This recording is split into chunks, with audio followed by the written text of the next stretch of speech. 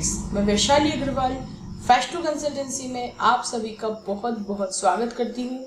आज का हमारा टॉपिक है रिव्यू ऑफ इमरजेंसी प्लान्स। देखिए, आपने इमरजेंसी प्लान बना लिया। अभी तक हमने इतनी सारी जो इसकी सीरीज चल रही थी लेक्चर्स की, उसमें हमने यही बात करी, अगर हम डिजास्टर मैनेजमेंट प्लान बना रहे हैं तो ये करना पड़ेगा, तो वो करना पड़ेगा, ऐसा रहेगा, वैसा रहेगा। तो अगर आपने पूरा प्लानिंग बना लिया है तो उस प्लान को बनाने के बाद उसको रिव्यू भी करना पड़ता है। अब रिव्यू की फ्रीक्वेंसी क्या है, कैसे करना है, किन कंडीशंस में करना है, हम आज उसकी बात करेंगे।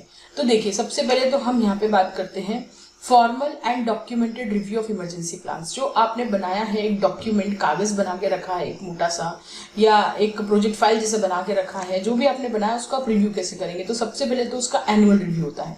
चाहे कुछ इमरजेंसी हुई हो, नहीं हुई हो, कुछ भी गलती नहीं हुई हो, कुछ भी नहीं हुआ हो, तो भी आपको उसको साल में एक बार तो रिव्यू करना पड़ेगा।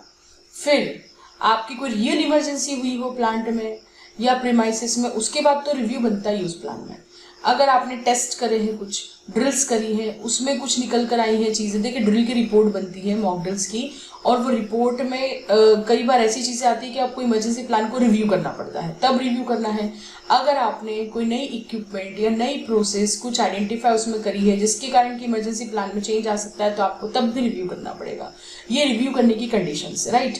अब आइडेंटिफाई पोटेंशियल इमरजेंसीज, तो पोटेंशियल इमरजेंसीज के आइडेंटिफाई करिए, का फ्लो चार्ट फॉर्म में दिया है रिव्यू करने का। आपकी जो भी इमरजेंसीज पोटेंशियल है उसका आप आइडेंटिफाई करिए, इमरजेंसी प्लान बनाइए, उसकी प्रैक्टिस करिए, उसको रिव्यू रिवाइज करिए और फिर वापस कंपाइल करिए। और इन तीन एक्टिविटीज़ के बीच में ये आएगा।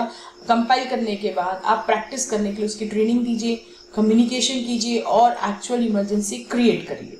तभी आपको समझ आएगा कि आपको क्या रिव्यू करना है। और एनुअली तो रिव्यू वो होता ही है।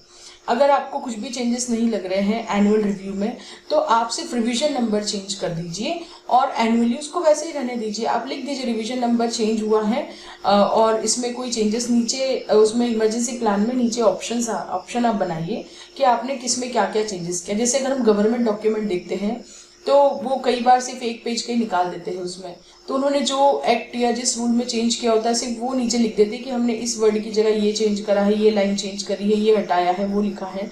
तो आप भी वैसा ही अपने प्लानिंग में नीचे एक कॉलम बना के लिख सकते हैं कि इस रिवीजन में ये चीज़ चेंज हुई है, तो आपको भी क्लियर रहेगा। और नहीं चेंज हुई तो लिख दीजिए कुछ भी चेंज नहीं हुआ है, नो मॉडिफिकेशन डन, सिर्फ रिवीजन नंबर चेंज हुआ है। तो ज़्यादातर इंडस्ट्रीज तो यही करती है, एनुअल रिव्यू में वो सिर्फ रिवीजन नंबर ही चेंज करती है, क्योंकि बनता है एक बार, मेजर आपने एक बार बना लिया, फिर उसमें सिर्फ आपको रिव्यू के पॉइंट्स ही चेंज करने हैं। तो आई होप आपको ये क्लियर हुआ होगा। हम जल्दी ही मिलते हैं नेक्स्ट वीडियो के साथ, तब तक के लिए धन्यवाद, थैंक यू।